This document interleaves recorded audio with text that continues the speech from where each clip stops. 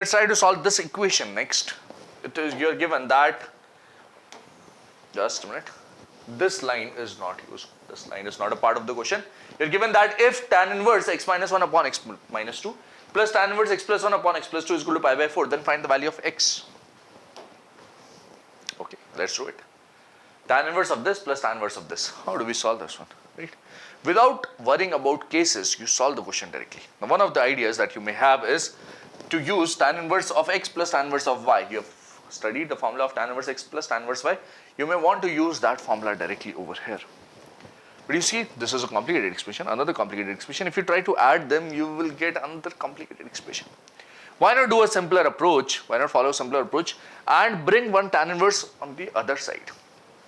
Then apply the formula of tan inverse x minus 1 over x minus 2 plus tan inverse x plus 1 over x plus 2 is equal to pi by 4. This is given. And for solving this, instead of applying this formula directly, making the expression more complicated, what I'll do is I'll take one tan inverse on that side. What you get is tan inverse of x minus 1 over x minus 2. Let's keep that on the LHS. This is equal to pi by 4 minus tan inverse x plus 1 over x plus 2 over here. Okay. And if you want to solve this, let's take tan both sides. On taking tan, this becomes x minus 1 upon x minus 2. This is tan of pi by 4 minus tan inverse x plus 1 over x plus 2. And this is what you have. And tan of A minus B, tan of some angle minus some other angle, will be tan of this angle, which is 1, minus tan of tan inverse, which is x plus 1 over x plus 2 upon 1 plus, this is tan A minus tan B upon 1 plus tan A, which is tan pi by 4, times tan B, tan of tan inverse, which is x plus 1 over x plus 2. Keep that in mind. Right? Keep this in mind.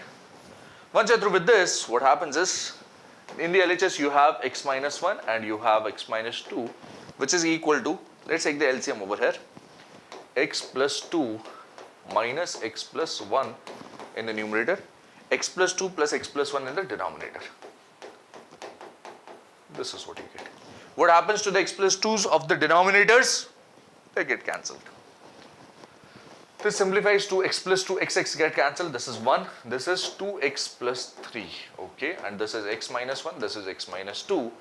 Now you have, you're simply supposed to cross multiply and solve for x. This is 2x plus 3, x minus 1 times 2x plus 3 is equal to x minus 2. Let's simplify this. This becomes a quadratic, right? This is 2x square plus 3x minus 2x is plus x minus 3 is equal to x minus 2. Okay, so this gives me 2x square is equal to 1. This gives me 2x square equal to 1, implies x square is equal to 1 by 2, or x will be equal to what? X square equal to 1 by 2, or x will be equal to 1 by root 2, comma, minus 1 by root 2. Now, which of these will be correct and which of these will be false can be checked in the original question and should be checked in the original question. Should be checked in the original question. Let's check that for x equal to 1 by root 2, what will this be? This is 1 by root 2 minus 1, this is 1 by root 2 minus 2. Okay. Pretty interesting. And this is 1 by root 2 plus 1, this is 1 by root 2 plus 2 in the denominator as well. Okay, let's check that. Final answer.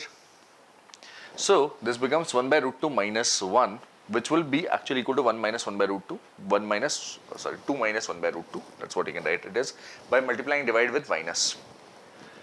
Okay, and what will that simplify into? Let me check that solution. Just writing a few steps would give you an idea whether the answer that you have obtained is correct or not. So, tan inverse of this 1 by root 2 minus 1, or you can write 1 minus 1 by root 2, which becomes root 2 minus 1 over 2 minus x, which is 2 root 2 minus 1. This is what you get in the LHS. Now, this quantity over here is positive, is again positive. What you had was negative and negative in the numerator denominator. You multiply with minus and you get this. Okay. And what you get over here is tan inverse using 1 by root 2. This becomes root 2 plus 1 upon 2 root 2 plus 1 over here. Can we add them together? Yes. This is tan inverse x plus tan inverse y. Or if you may observe, this is x times y. what is the product of x and y over here? Let's take a look at this. Root 2 minus 1, root 2 minus 1 will become 1. 2 root 2 minus 1, 2 root 2 minus 1. What will that product be? This is 8 minus 1, 7. Okay, so this is 1 by 7. The product of xy is less than 1. Yes. This value is positive, this value is positive, and now I can apply the identity of tan inverse x plus tan inverse y very easily. This becomes tan inverse of this plus this over 1 minus this into this, right? The sum of these two can be found easily by, let us say, this is 2 root 2 minus 1, this is root 2 minus 1, root 2 plus 1 over 2 root 2 plus 1. Okay, and what about the denominator? 1 minus 2, what you have is 1 minus root 2 minus 1, 2 root 2 minus 1 times root 2 plus 1 over 2 root 2 plus 1. This is what you get, right? This is what you have. Let's take the LCM. Let's take the LCM in the numerator. What you get is this multiplied by this multiplied by this, and in the denominator you will have 2 root 2 square minus 1 square, which is 7. Okay, so this becomes tan inverse of, as you may observe carefully, 2 root 2 times root 2 is 4, minus plus root 2, and minus 2 root 2 is minus root 2 and minus 1. This is the first term in the numerator. What about the second term in the numerator? Plus, this is 4, okay, plus 2 root 2 minus root 2 is plus root 2 and minus 1. That's what you have. What about the denominator of this numerator? This becomes 2 root 2 minus 1, 2 root 2 minus 1 plus 1, which is 7. A similar thing will happen over here as well, right? Okay, this is 7, this is 1 minus 1 by 7, which becomes 7 minus 1 upon 7. 7s in the denominators will get cancelled. What else? Root 2 and minus root 2 will get cancelled. What you get is 4 minus 1, which is 6. This is 6. This is tan inverse 6 upon 6, which is tan inverse 1, which is equal to pi by 4. So this 1 by root 2 is okay. What about that minus 1 by root 2? Now observe carefully. Observe carefully. Minus 1 by root 2 minus 1, minus 1 by root 2 minus 2. You take a minus common and this will convert into this form. Yes.